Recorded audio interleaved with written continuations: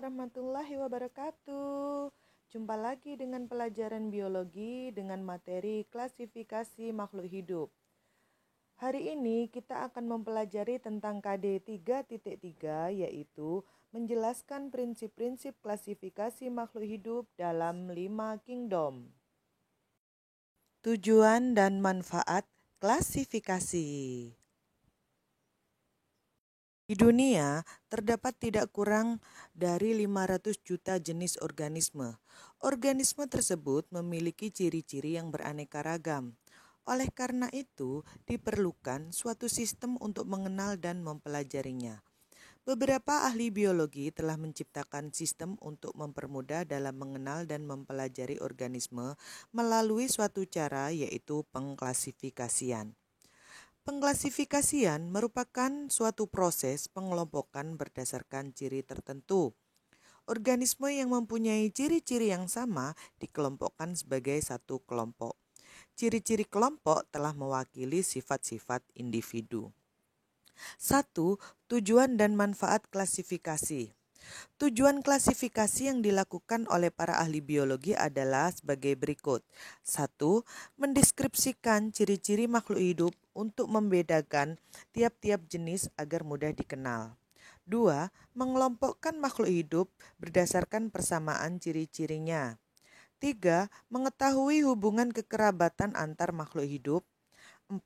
Mempelajari evolusi makhluk hidup atas dasar kekerabatannya. 2. Yaitu manfaat penting yang dapat langsung diterapkan bagi kepentingan manusia dalam manfaat klasifikasi. 1. Memudahkan dalam mempelajari organisme yang beraneka ragam. 2. Memperoleh informasi mengenai hubungan kekerabatan antara makhluk hidup. 3. Memperoleh informasi yang dibutuhkan dalam upaya konservasi makhluk hidup. 4. Memperoleh informasi mengenai potensi makhluk hidup yang menguntungkan bagi manusia. Dasar-dasar klasifikasi. Setiap makhluk hidup memiliki ciri-ciri yang membedakannya dengan makhluk hidup yang lainnya. Di samping memiliki perbedaan, beberapa makhluk hidup memiliki satu atau lebih persamaan. Untuk itu, kita harus tahu bagaimana cara mengklasifikasikan, yaitu dengan mengetahui dasar-dasar klasifikasi. Yang pertama, dasar-dasar klasifikasi yaitu berdasarkan persamaan dan perbedaan. Berdasarkan persamaan. Dengan mengamati ciri-cirinya, Anda dapat memasukkan kuda dan sapi dalam kelompok vertebrata karena kedua makhluk hidup tersebut memiliki tulang belakang. Selain itu, keduanya dapat pula dikelompokkan sebagai hewan mamalia karena memiliki kelenjar susu. Kuda dan sapi juga dapat dimasukkan dalam kelompok hewan tetrapoda karena memiliki 4 kaki. Sedangkan berdasarkan perbedaan, meskipun kuda dan sapi merupakan satu kelompok yaitu mamalia, kedua organisme tersebut dapat pula dipisahkan sebagai kelompok yang berbeda berdasarkan perbedaan cirinya. Misalnya, berdasarkan jumlah jari di setiap kaki, kuda memiliki 1 jari di setiap kaki sehingga termasuk dalam kelompok mamalia berjari ganjil atau Perissodactyla. Sementara itu, sapi memiliki 4 jari di setiap kakinya sehingga termasuk ke dalam kelompok mamalia berjari genap atau yang dikenal dengan Artiodactyla. 2. Dasar klasifikasi berdasarkan manfaat. Klasifikasi dapat dilakukan oleh siapa saja asal memiliki dasar dan tujuan yang jelas. Misalnya, seperti gambar berikut.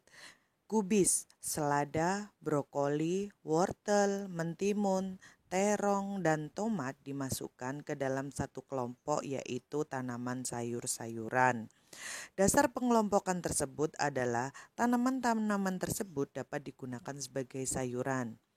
Tujuan pengelompokan tersebut adalah untuk memudahkan manusia dalam memanfaatkan tanaman-tanaman tersebut sebagai sayur-sayuran. Dasar klasifikasi yang ketiga yaitu berdasarkan ciri morfologi dan anatomi. Klasifikasi didasarkan pada persamaan atau perbedaan ciri-ciri tertentu. Ciri-ciri yang digunakan terutama adalah ciri-ciri morfologi dan anatomi. Morfologi adalah ciri-ciri yang tampak pada bagian luar tubuh makhluk hidup, sedangkan anatomi adalah ciri-ciri yang ada di bagian dalam tubuh makhluk hidup. Ciri-ciri morfologi dan anatomi yang dapat digunakan dalam mengklasifikasikan hewan antara lain ada tidaknya tulang belakang, bentuk alat gerak, jumlah sayap, ruas-ruas pada tubuh, dan jumlah kaki. Kita bisa lihat contoh gambar kupu-kupu tersebut. Kupu-kupu tersebut berbeda tetapi memiliki ciri yang hampir sama sehingga pengklasifikasiannya memerlukan ketelitian. Dasar pengklasifikasian yang keempat yaitu berdasarkan ciri biokimia. Dalam perkembangannya, ciri-ciri biokimia digunakan juga dalam pengklasifikasian. Misalnya, jenis-jenis protein, jenis enzim, dan ada atau tidaknya membran organel sel. Ketika seorang anak lahir, anak tersebut mewarisi 23 kromosom dari ibu dan 23 kromosom dari ayahnya.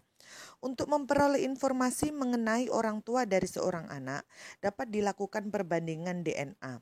Meskipun ciri wajah dan tubuh tidak mirip, jika DNA-nya cocok, dapat dipastikan orang tersebut merupakan ayah dari bayi tersebut. Contoh, anak 1 dan 3 berdasarkan gambar tersebut merupakan anak dari ibu dan ayah. Anak 2 merupakan anak dari ibu, tetapi bukan anak keempat, bukan anak dari ibu atau ayah. Macam-macam klasifikasi. Pengklasifikasian makhluk hidup dilakukan dengan alasan-alasan tertentu. Ada banyak alasan yang digunakan para ahli sebagai dasar sistem klasifikasi.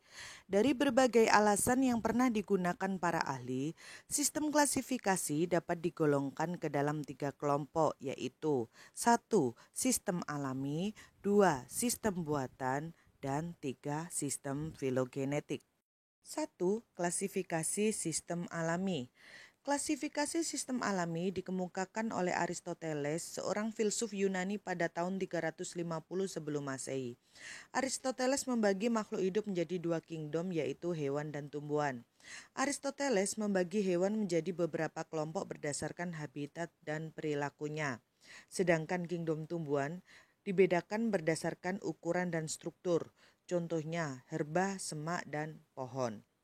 Klasifikasi sistem alami dibuat berdasarkan persamaan sifat, yaitu sifat morfologi. 2. Klasifikasi sistem buatan. Pada klasifikasi sistem buatan, Linnaeus mengelompokkan makhluk hidup berdasarkan sejumlah kecil sifat-sifat morfologi, misalnya benang sari atau stamen yang terbagi menjadi 24 kelas. Klasifikasi sistem buatan diperkenalkan oleh Carl von Linné tahun 1707 sampai 1778. Beliau seorang ahli ilmu pengetahuan alam dari Swedia yang bernama Latin yaitu Carolus Linnaeus. Karya penting Linnaeus adalah menyusun sistem klasifikasi yang lebih mudah dan dipahami daripada sistem sebelumnya. Sistem yang disusun oleh Linnaeus merupakan sistem klasifikasi buatan. Pada sistem klasifikasi buatan, kategori organisme didasarkan pada sejumlah kecil sifat-sifat morfologi. Klasifikasi sistem buatan mengelompokkan tumbuhan atas dasar antara lain warna bunga, masa bunga, bentuk daun, jumlah benang sari, dan putik. Sistem klasifikasi tumbuhan yang dikemukakan oleh Linnaeus juga disebut sebagai sistem seksual, karena Linnaeus memusatkan perhatiannya pada alat reproduksi tumbuhan. Macam pengklasifikasian yang ketiga yaitu klasifikasi sistem filogenetik.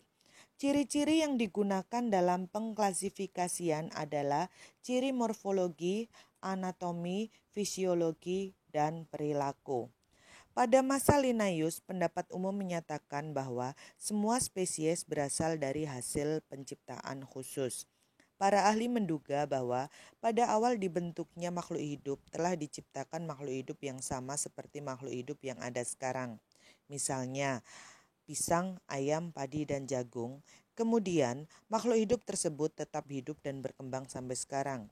Hal tersebut menyebabkan para ahli tidak mengetahui adanya kekerabatan antar jenis organisme. Setelah Charles Darwin menerbitkan publikasinya The Origin of Species tahun 1859, doktrin evolusi berangsur-angsur berubah dari doktrin penciptaan khusus ke doktrin yang menyatakan bahwa terdapat kekerabatan antar organisme.